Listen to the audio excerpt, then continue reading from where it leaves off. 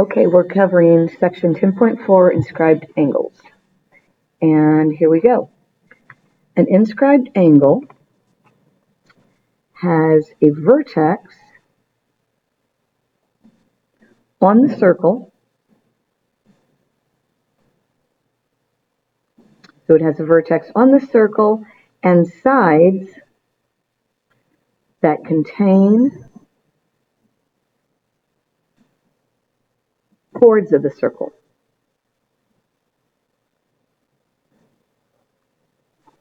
Inscribed angle has a vertex on the circle. So right here is my vertex. Vertex R is on the circle. And the sides of the angle, RQ and RS, are both chords because they lie inside the circle with endpoints on the circle. So that is our inscribed angle QRS. Okay, so the intercepted arc has endpoints on the sides of the, I'm going to put inscribed in parentheses and I'll tell you why in a minute. On the sides of the angle and lies in the interior of the, and I'm going to put inscribed again in parentheses. So an intercepted arc has endpoints on the sides of the angle, or the inscribed angle, which would be here. Here's my, and it lies on the interior of the inscribed angle. So right here would be the intercepted arc. The reason why I put inscribed in parentheses, in our book, it describes an intersected arc only in terms of when you're talking about an inscribed angle. But if you Google it, which I did, I found out anytime you have an angle, they will call whatever it intercepts, what part of the circle it intercepts, as the intercepted arc. So it apparently has more than one definition. So here's my inscribed angle. Big thing to know, vertex is on the circle. The intercepted arc is the part of the circle that it sort of intercepts. So that are the big things that we're doing today. And I was looking for my highlighter, found it. So knowing an inscribed angle is big and what's your intercepted arc. Now we are going to get to a super, super duper important theorem. 10.6, you don't have to remember the name, but know this one. If an angle is inscribed in a circle, and if you look over here, angle 1 is inscribed, vertex is on the circle, the sides are chords, then the measure of the angle equals 1/2 the measure of its intercepted arc.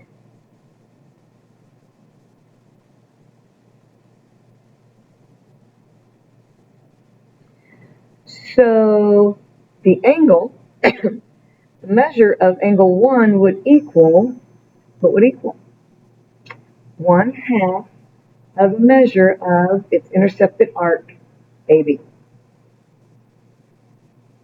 So let's say that I tell you that the measure of arc AB is 100 degrees.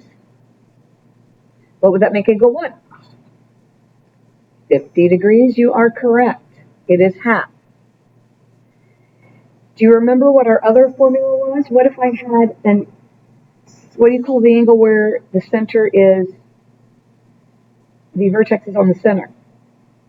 Central angle, right? My central angle would be 100, because remember, those are the same. The inscribed angle is half. We will use this a lot. Make sure you know it. All right, the next theorem, we're going to keep rolling here. If two inscribed angles of a circle intercept the same arc. Okay, let's go look at our picture. We have inscribed angle CACD. Vertex is on the circle. We also have angle DBA. Okay, look over here. What arc does DCA intercept?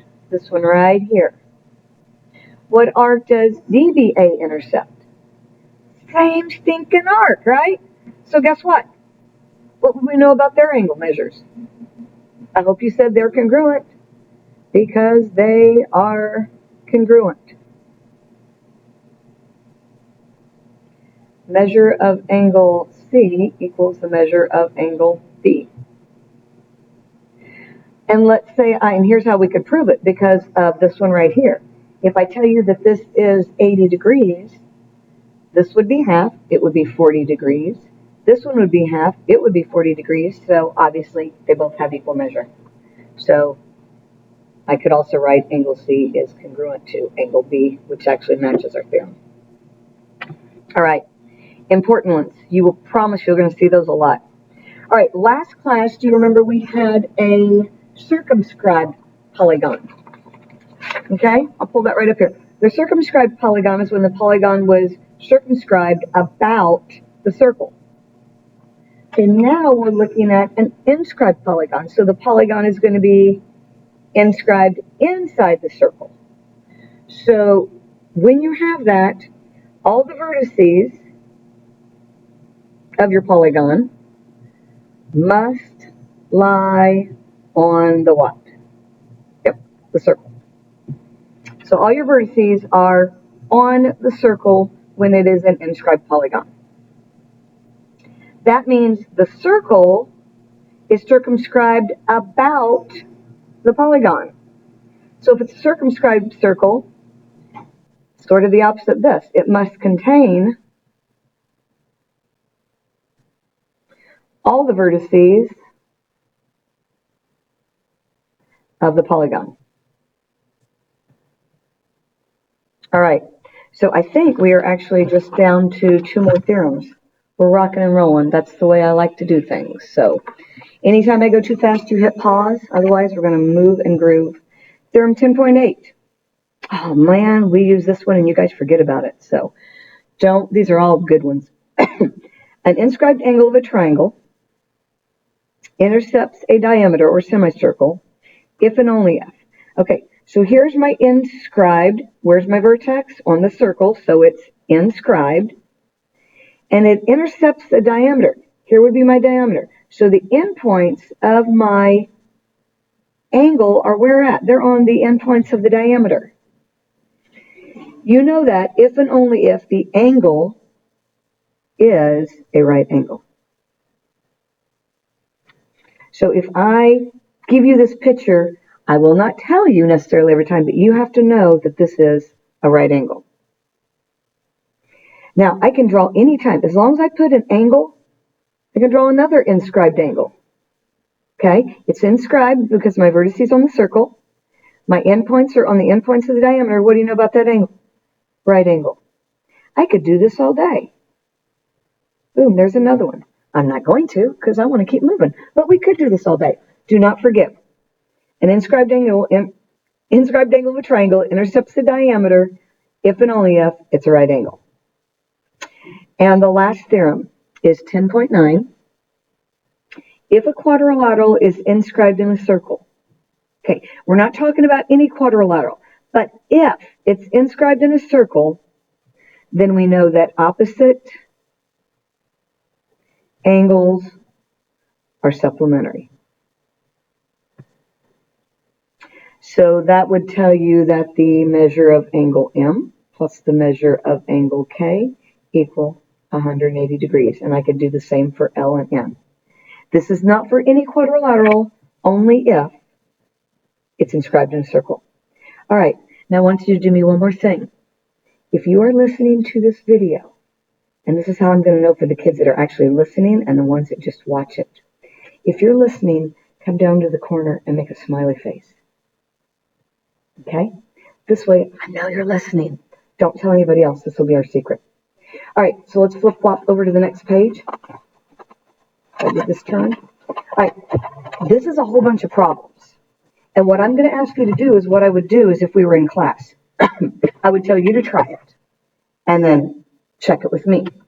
So on this first one, I want you to first go decide what formula from the previous page did you use. Okay?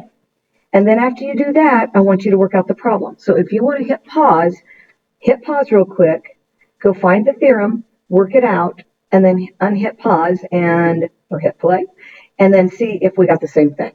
So for every single problem, I'm going to remind you, hit pause, go do it yourself. So on this first one, hit pause, And when you come back, we will have decided that this is theorem 10.6. We're going to use that one to solve it. 10.6 says inscribed angle is half the measure of the intercepted arc. So I know, ooh, how am I going to use that for this one? Here, I'll tell you why. Hopefully you saw that this was the diameter. So if this arc is 54, the rest of this arc would be 180 minus 54. Oh, there's a 10. When you subtract, you get 126. So this part right here is 126 degrees, this part of the arc. Why do I need that? Because they want to know how big is BAC. That's right in there. It should be measure of angle. BAC is going to be 1/2 of 126, which is 63 degrees. All right, if you got that one, then buzz on to number 2, hit pause, go work it out, and come back when you're done. And we are going to use that 10.6 again. Here's my intercepted arc, vertexes on the circle. So this is half of the whole thing. So to find the whole thing, I'm going to have to multiply by 2. So 61 times 2 is 122. That would be the measure of this arc. But guess what? They didn't ask for TU. They asked for ST.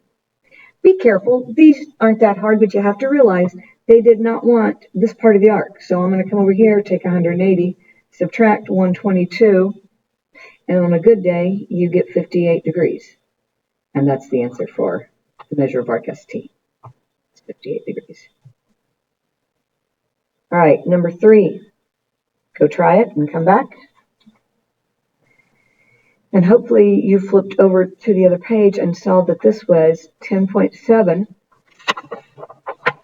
which says if 2 inscribed angles, intercept the same arc, then they're congruent.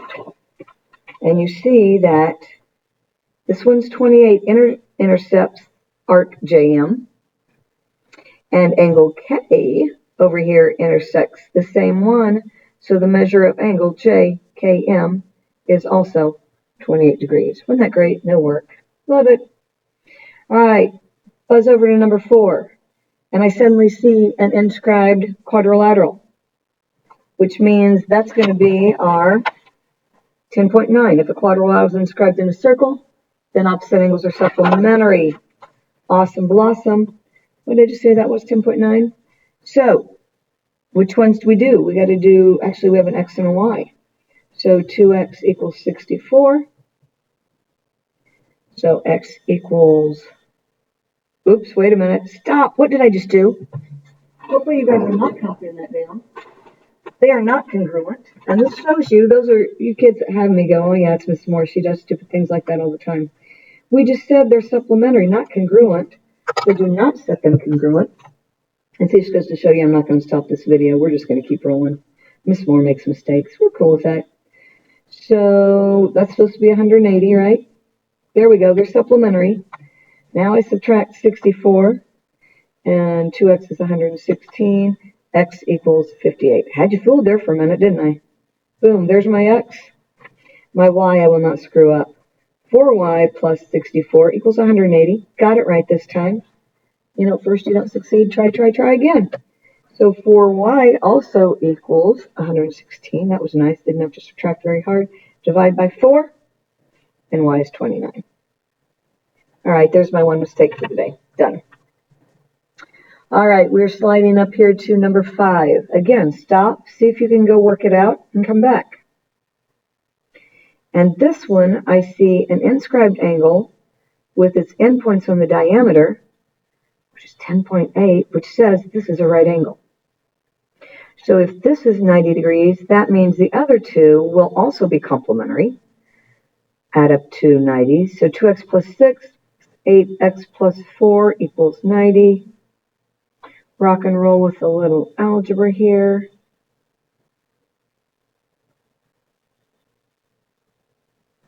And I think I got it right. Oh, what did I do wrong?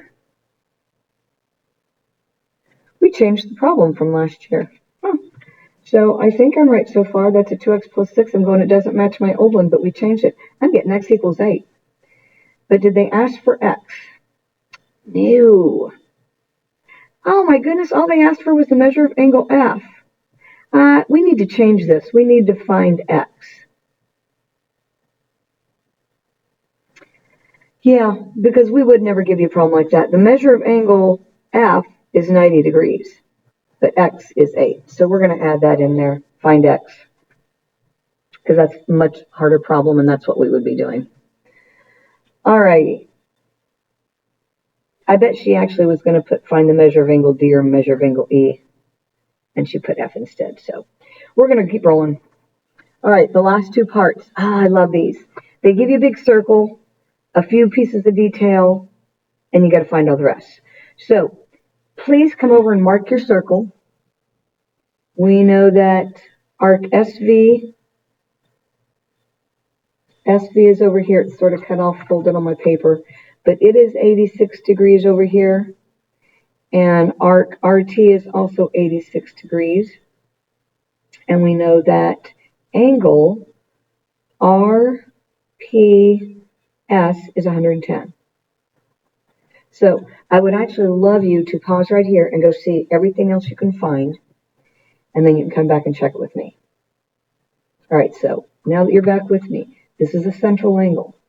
So we know that this here, oh, I cannot write today, it's 110, not 100. 110. Now, you can go find a lot of other things from here. This whole thing, clear around, is 180. So 100 plus 86 plus 86 and subtract from 180, and I've done the math, it is 78 degrees. Okay, now I'm going to start using some of my new things. Here's an inscribed angle. The vertex is on the circle. It intersects 110, so it's going to be half of that, which makes this guy 55 degrees.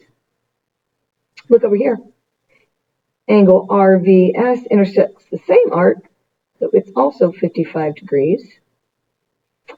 Let's see what we want to do next. Oh, let's take the 78. Do you see this angle TRV? It intercepts this 78. So half of 78 is 39 degrees. And you see, there's another angle that would be congruent to it, TSV, because it's the exact same arc. So this too is 39 degrees.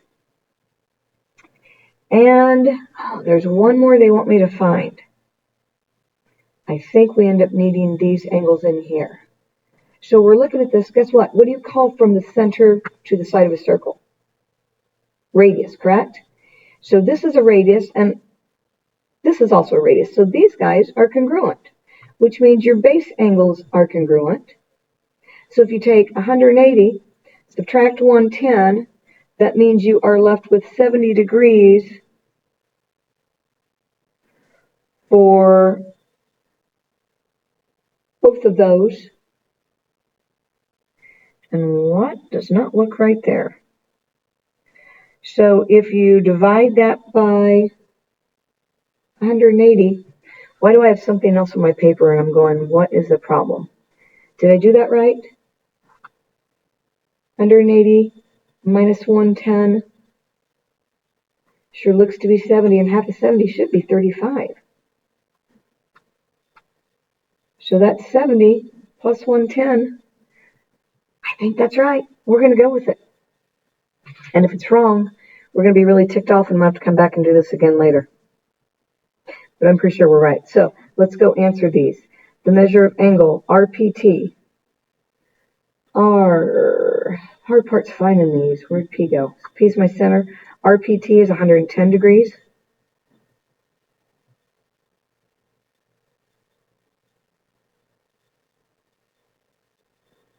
Why are these wrong on my sheet?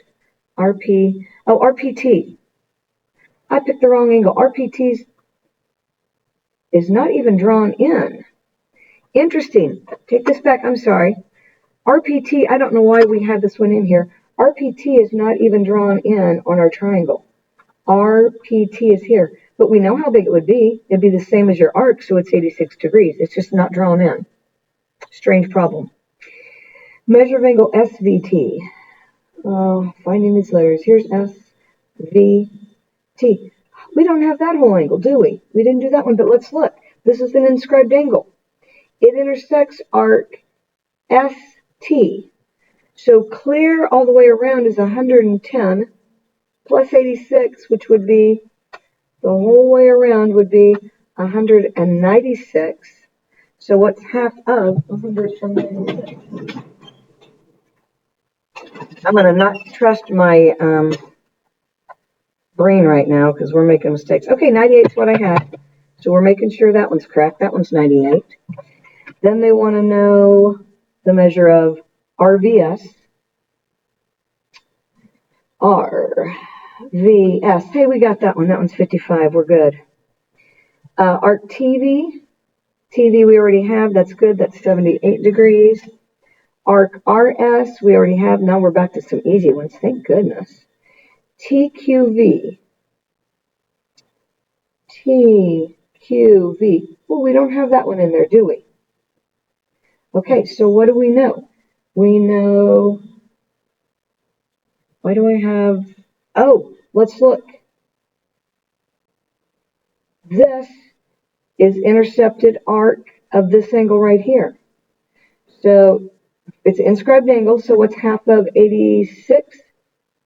43 degrees. And it's the same thing over here. This is another inscribed angle, so half of 86, that one's also going to be 43. Dang, those are tiny little numbers. So wait, is that what they asked for? No, they asked for TQV. Well, how do I find that one now? Take 180 minus 43 minus 43, and I got 94 degrees. My picture's a mess, sorry. Measure of angle RVT, RVT. Okay, there we go. There's my 43 that I already found. And the last one is RTS. I think I've got that one on here. RTS is 55 degrees. I didn't even need those angles. Don't know why I found them, but I had fun finding them. Did you have fun finding them? Probably not. All right, last one. Measure of each indicated angle we're going to find or in the arc, and we are given that LM is 84 degrees. Arc LM and arc KN, oh, the whole arc, KN, is 116 degrees. I'm going to switch colors to make this a little, is it a different color or the same one? It's a different look. All right, so let's start with some of our inscribed angles. This arc, here's my inscribed angle that goes with it. So half of 116 is, this whole angle is 58 degrees. And I can look here and go, here's an intercepted arc. This is 84, so this angle back here inscribed would be half of 84, which is 42 degrees. And, ooh, look, here's another inscribed angle that does the same arc. So that too will be 42 degrees. So let's go see what else they need before I go finding any more. I've got JKL, measure of angle, JKL. This is the diameter. How big will that whole angle be? 90 degrees. Because it is inscribed in a semicircle. I don't know if they're going to ask this one, but if you could go 90 minus 42, gives me an 8. 48, this one's going to be 48 degrees. Let's see if they ask that one, because now that I've got it, they want to know KMN. KMN. Okay, I got this is 42. How do I find this angle right in there? Wait, it's another inscribed angle, right? It would be half of my 116. So it's also 58 degrees. We got inscribed angles all over the freaking place. All right, KLN. KLN, already marked that one. That one's 58 degrees. The measure of arc MJ. MJ, where's MJ? MJ. J. Ooh. Well, look. Do we have a diameter? We have a diameter right here. So what can we figure? What do they want again, MJ? I lose these things. Here's MJ this much. Well, we know MJ. Where'd MJ go? Do we know? Okay, well, this is 84. Here's my diameter. I'm sorry, it's taken me a minute. Take 180, subtract this arc 84, and we get 96. So 96, remember, we're taking half of a diameter. If we know this much of the arc, the rest of it has to be equal 180. MKL, angle MKL, do I have that one filled in? Yes, that's 42 degrees. JKM, we already figured that one. That was 48 degrees. Angle LNM, LNM. Oof, got that one. That one's 42 degrees. Great. And our last one, measure of arc. 3 letters, so I know it should be either a semicircle or a major arc. What is it? Arc LKJ. There's my semicircle for 180 degrees. All right. Hopefully you handled that well. Your homework, if you did not know, is the next page right here. Good luck.